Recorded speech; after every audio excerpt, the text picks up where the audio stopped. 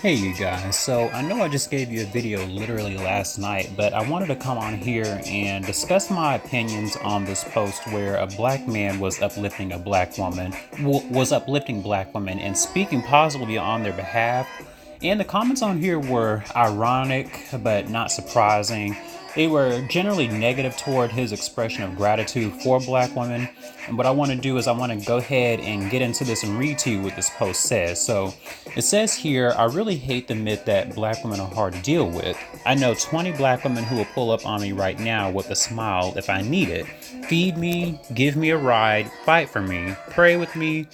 Half the black men perpetuating the lie have used and abused the dog S out of our women. So WTF are y'all even talking about? How dare you turn around and forget her patience with your ashy Abe antics? She was rooting for you. So he was basically saying how the women in his life help him when he's feeling down or depressed. But when you look at some of the comments in the comments section, and he's also saying to the sector of black men that put down our women to check themselves, because this persistent myth that black women are some difficult obstacle to acquiesce to is ridiculous. So now, before I really get into this, what I want to do is I want to go ahead and make a mini disclaimer. In no way, shape, or form am I attacking all black men. In fact, I'm not even attacking any black men at all. I am merely stating that just as a collective, this is a behavior that needs improvement. And I do believe it is possible for us to overcome the cruel statements and harsh rhetoric that's dished out towards black women, because understand that black women are under the same level of oppression as we are, but they also have to deal with the brutal behavior of disrespect that some black men exert towards them.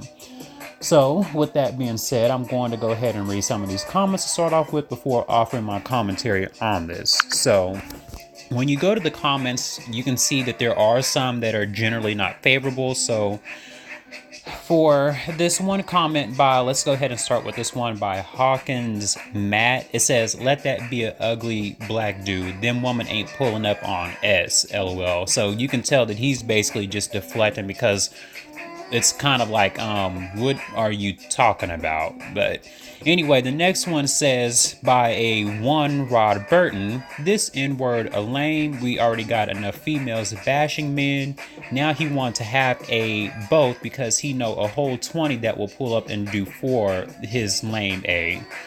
So more deflection, more irrelevancy that has absolutely nothing to do with what he was stating, which again, his whole purpose was to uplift black women. He's not trying to diminish them. He's not trying to make them feel inadequate. So I guess because that doesn't fit the criteria of society, which is to down black women at any cost, then I guess that warrants attack on the person who tries to uplift them. So another comment here says by Brian Darthard, out of all the black women, all he knows is 20. Like, that's a lot. And this is the thing. The number shouldn't make a difference regardless. The thing that should make a difference is the fact that this black man recognizes the fact that there are black women in his life that play a pivotal role in helping him to understand that they are there for him during his time of need. So in terms of a number, that doesn't really make a difference. So you can tell that by this person trying to diminish that, it just kind of goes to show that it just contributes to the self-hate that some of the black men have on here. And even with this next comment that you guys see by a Zayed Anderson, I hope I pronounced that correctly. It says he probably acting feminine. So basically now what they're trying to do is they're trying to equate femininity with protecting black women. So I guess like when a black man protects a black woman, if he does that, he's considered feminine. I don't really understand how you get that out of that. If that doesn't scream masculinity to me, I don't know what does. So obviously he is living in some delusional world. So as you guys can see, the majority of these comments are coming from that sector of black men that I mentioned to you earlier. And what I want to do is I just have to ask momentarily to the black men who put black women down, who taught you to hate yourself? Who taught you that the very woman you come from is someone whom you should vehemently despise? The black men who disrespect black women have to understand that black women are an extension of themselves. You come from a black woman. So Are you saying that the same race of women who created you are all of these negative things? You can't disassociate, for example, your sister or your mother because they all look like the same race of women that you constantly talk negatively down upon. And I understand that right now self-hate and internalized inferiority plagues a community in great abundances right now, but projecting this onto black women is not conducive to our community as a collective.